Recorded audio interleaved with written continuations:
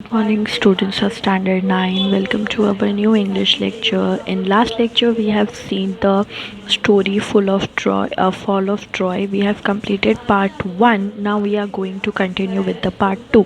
So in the part 1, we have seen that Greek and Torjana. They were the two cities. They were Trojanas. They were the two cities were fighting for a girl named क्या नाम था Helen No, Helen of Troy. So they were fighting for her because she was first the wife of a king of Greek जिसका नाम था मेनेलिस उसकी wife थी वो.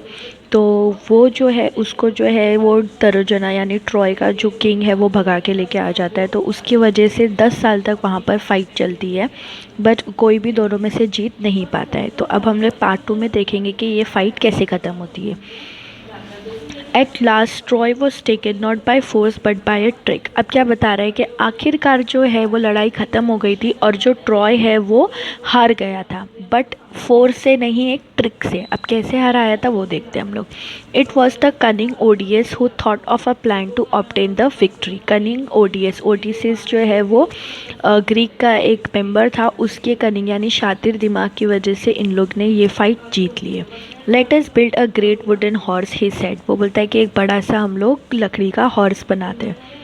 Big enough to hold men inside and let some of our best fighter hide in the horse. They let us burn and our tent and pretend to sail away in our ship.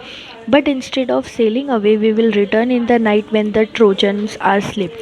We will attack the city and burn and किल. अब इसने क्या दिमाग चलाता है कि एक बहुत बड़ा सा हॉर्स बनाओ वुडन का, आप लकड़ी का एक हॉर्स बनाओ जिसमें जो इंसान है जो आदमी लोग हैं वो अंदर जा सके. और हम क्या करेंगे कि वो हॉर्स के अंदर जितने अच्छे फाइटर्स हैं जो हमारे अच्छे फाइट कर सकते हैं लड़ सकते हैं उन लोगों को उनके हॉर्स में बंद कर देंगे और बाकी लोग जो है अपना टेंट जलाकर वापस शिप में बैठकर हमारी ग्रीक के लिए निकल जाएंगे. पर हम ज़्यादा दूर नहीं जाएंगे. फिर थोड़े टाइम बाद हम लोग वहीं पे खड़े रह के जो ट्रोजन्स हैं उनका इंतज़ार करेंगे. जैसे ही वो आएंगे तो हम लोग अपने शिप से वापस आके उन पर अटैक करेंगे. The Greek leader decided to follow the advice of the wise Odysseus. So a great horse of wood was made by a skillful engineer, and the greatest heroes, Menelaus, Odysseus himself, and other entered it. The last man to go in being the architect himself, who knew the secret of opening and shutting the entrance. तो जो Greek का king था उसने इसकी बातें सुनी और उसने क्या किया कि एक स्किलफुल एक अच्छे इंजीनियर को अपने ग्रुप में से उसको बोला हॉर्स बनाने. एक बड़ा सा हॉर्स बनाया उन लोगों ने. और जो ग्रीक का किंग था मेनेलिस और ओडिसिस वो दोनों भी और उन लोग के साथ और भी कई सारे लोग उस हॉर्स में एंटर किए. और आर्किटेक्ट जिसने उसको बनाया वो इंजीनियर भी गया क्योंकि लोग उसे एग्ज़िट और एंट्री दोनों पता थी कहाँ से लेनी है और कहाँ से नहीं. तो इसलिए उसको भी साथ में रखे थे. That evening the Greek burned their tent and sailed away sailed That evening the Greek burned their tent and sailed away in their ship, but they did not go far. Only one man was left behind to pursue the Trojans to track the horse into their city. तो सारे लोग जो है वो ship पे बैठ के चले जाते हैं और उन लोग अपना टेंट जला देते हैं. सिर्फ एक आदमी वहाँ खड़ा होता है छुपा होता है देखने के लिए कि ट्रोजन्स जो है वो हॉर्स को अपनी सिटी के अंदर लेकर जा रहे हैं कि नहीं लेकर जा रहे. Next day Trojans wake up expecting to go out and fight as they had done for the past 10 years. What delight and surprise they felt at the sight they saw and the seashore outside the wall. It seemed that the long sigh was over at last. The tent had been burned. The shore was deserted. The Greek ships had all gone. अब सुबह होती है. Trojans जब अपने उस wall के उस gate के बाहर आते हैं लड़ने के लिए जैसे उन लोग लास्ट 10 साल से लड़ते आए हैं. तो जैसे ही आके देखते हैं कि सारी चीज़ें खाली हो गई. ग्रीक के सारे टेंट जल गए और जो सी शोर है जो सी एरिया है पूरा खाली हो गया. ग्रीक की शिप्स वापस चली गई. तो ये सब चीज़ें देख के ट्रोजन्स बहुत खुश हो जाते कि आखिरकार हम 10 साल के बाद आज़ाद हो गए. अब यहाँ पर कोई भी तरीके की फ़ाइट नहीं होगी. It's peace at last. It's peace at last. They cried and opened wide their gate and come out in large number on the plain, glad to be free again to go where they pleased. Then they saw on the sand the huge wooden horse. They gathered round in an astonishment, for it was indeed a wonderful piece of work. अब क्या होता है, फिर उन लोग जब wall के बाहर आते हैं तो बहुत खुश होते हैं और रोने लगते हैं कि 10 साल बाद हमें आज़ादी मिली है, अब हमारी जहाँ मर्जी होगी हम जाएंगे, घूमेंगे फिरेंगे। तो उन लोग गेट खोलते हैं और बहुत सारे ट्रोजन्स जो है वो बाहर आ जाते हैं, जो सिटी में रहने वाले जिन लोग कभी निकले नहीं थे 10 सालों से, तो वो सारे लोग बाहर आते। तो देखते उन लोग की नज़र एक वुडन वाले हॉर्स पे पड़ती है। तो उन लोगों को बहुत स्ट्रेंज लगता है, एस्टॉनिशमेंट यानी स्ट्रेंज लगता है, मतलब इतना अलग, कुछ अलग देखते हैं ना उन लोग, तो इसलिए तो उन लोग सब जो है वो हॉर्स के आजू बाजू खड़े हो जाते हैं। As they were wondering how the horse had been build and why it had been left behind, they found a Greek with his hand tied together lying under it. When the Trojan dragged him out, the men pretended to be very frightened of them. When he was commanded to tell them why the Greek had gone and why they had left his horse behind, he pretended to tremble very much and refused to speak. अब क्या होता है, जब इन लोग ये horse देखते हैं तो ट्रोजन्स वालों को समझ में नहीं आता है कि सारी चीज़ें लेकर चले गए और ग्रीक ये हॉर्स क्यों छोड़ के चले गए। तो उन लोग को जैसे उन लोग का प्लान होता है कि एक आदमी वहाँ पर रहेगा, तो उन लोग वही आदमी को घसीटते हैं और बाहर निकालते, बोलते कि उन लोग उससे पूछते हैं कि ग्रीक सारी चीज़ें लेके चली गई, ये हॉर्स छोड़ के क्यों गई, कहीं इन लोग की ये कोई साजिश तो नहीं है। तो वो जो मैन है वो बहुत घबराते हुए रिफ्यूज़ करके बोलता है कि मुझे नहीं मालूम, मैं नहीं मालूम, मैं कुछ नहीं जानता, और वो बहुत डरा होता है, फ्राइटेंड यानी डरा हुआ होता है।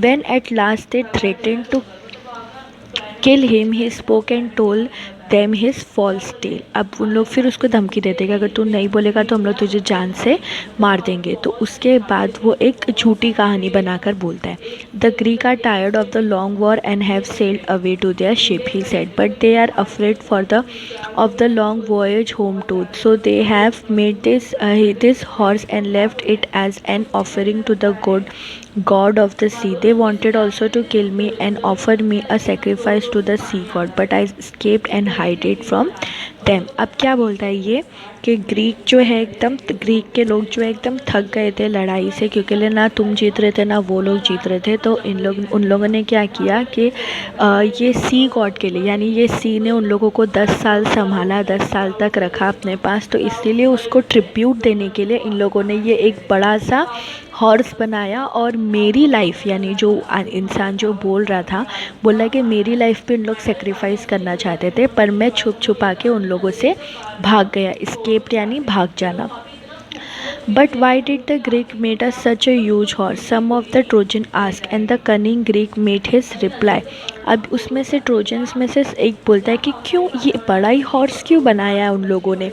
तो उसमें में से फटक से ये जो ग्रीक है वो क्या रिप्लाई देता है, if they had made a smaller offering you might have taken it to your city, then the luck would have gone to the Trojans and not to the Greek.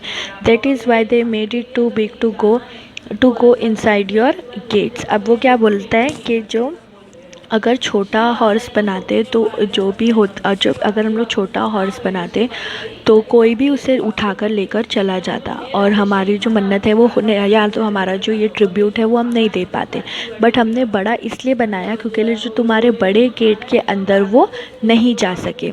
The Trojans were delighted to hear this. The Greeks have gone, they said, and the walls are no longer necessary. Let us make a hole in the wall and drag the horse in it. अब trojans क्या हो जाते हैं, उन लोगों को बहुत delightful हो जाता है कि चलो अच्छा हुआ ग्रीक लोग चले गए, और उन लोग क्या समझते हैं कि हम लोग इतना बड़ा हॉर्स अपने गेट के अंदर नहीं लेके जा सकते, तो हम लोग एक काम करते हैं, जो हमारा वॉल है अब तो इसकी ज़रूरत नहीं क्योंकि ग्रीक लोग तो चले गए, अब उन लोग फाइटिंग तो करेंगे नहीं, तो हम लोग इस वॉल में बड़ा सा होल, बहुत बड़ा सा होल बना लेते हैं और इस हॉर्स को अंदर लेकर चलते हैं। The their wise priest warned them not to do so. It may be a trick that will ruin us, he said. You will bring disaster on the city if you break down the walls. उसमें से एक priest यानी एक पंडित जो है वो बोलता है कि तुम्हें ये नहीं करना चाहिए, अगर तुमने वॉल के अंदर होल कर दिया और ये अगर उन लोगों की कोई ट्रिक रही तो हमारी सिटी में जो है बहुत बड़ा डिसास्टर आ जाएगा।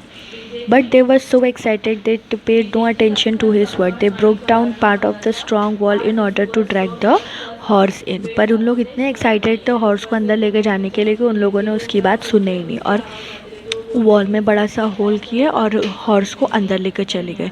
All that day the Trojan feasted and drank and celebrated. After all their celebration they went to sleep and slept soundly.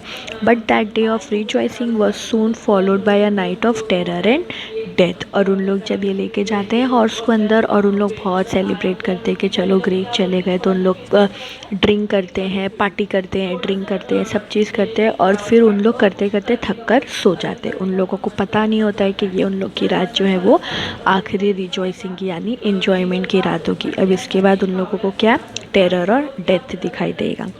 तो I will stop the story over here, then we will continue in the next lecture and then I'm going to give you the homework for the same. So let's meet in the next lecture. Thank you.